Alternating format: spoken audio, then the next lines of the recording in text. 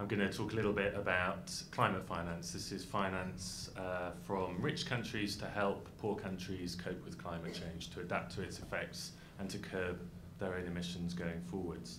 If we just take a step back and look at what happened at the end of last year in Copenhagen, there were basically two commitments made. The first was, as I just said, to provide $100 billion a year by 2020.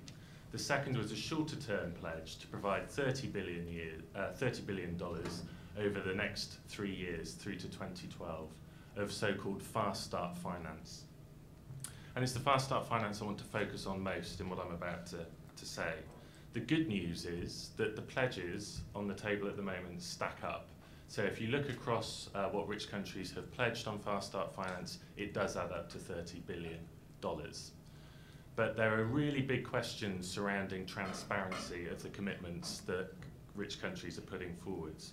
For example, at Copenhagen, they pledged that fast start finance would be new and additional. But additional to what? There's no clarity about how different countries are measuring additionality. Developing countries believe that it should be measured as additional to aid promises, to the commitments that rich countries have made to provide 0.7% of their income in aid. Otherwise, all you're doing is simply moving money around from one place to another. But we don't have any transparency from rich countries so far on how that is going to play out. And an example I can give you very recently, which a number of you will be aware of, I'm sure, is the Canadian government's recent announcement to contribute $400 million in fast start financing towards the $30 billion overall commitment. But what we don't have yet is a commitment that that money isn't going to come from aid budgets. It isn't going to come from tomorrow's schools and hospitals. So it's very hard for us to welcome this commitment unless we know it really is new money.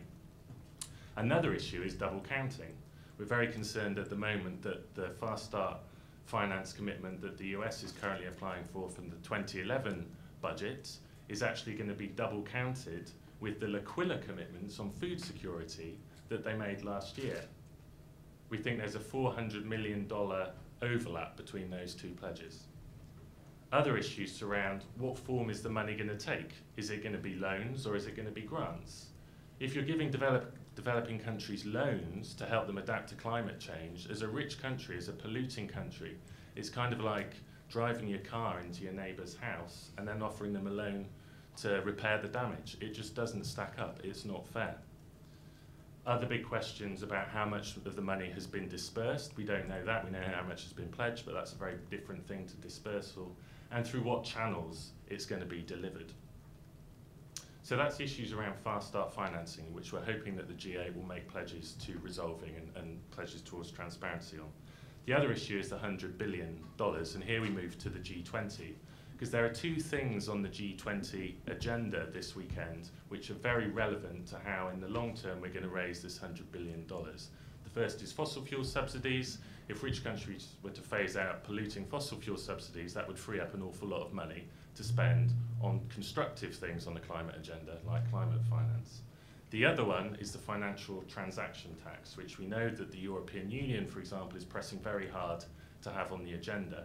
We think that a tiny tax on international financial transactions could raise something of the order of $400 billion a year. That's plenty to deal with climate change, it's plenty to deal with poverty in developing countries, and it's plenty to address budget deficits in the developed world. So those are the key issues that we're hoping to see on the agenda. If I could sum it up in 2 words, for the G8 it's transparency, and for the G20 it's financial transaction tax and fossil fuel subsidies.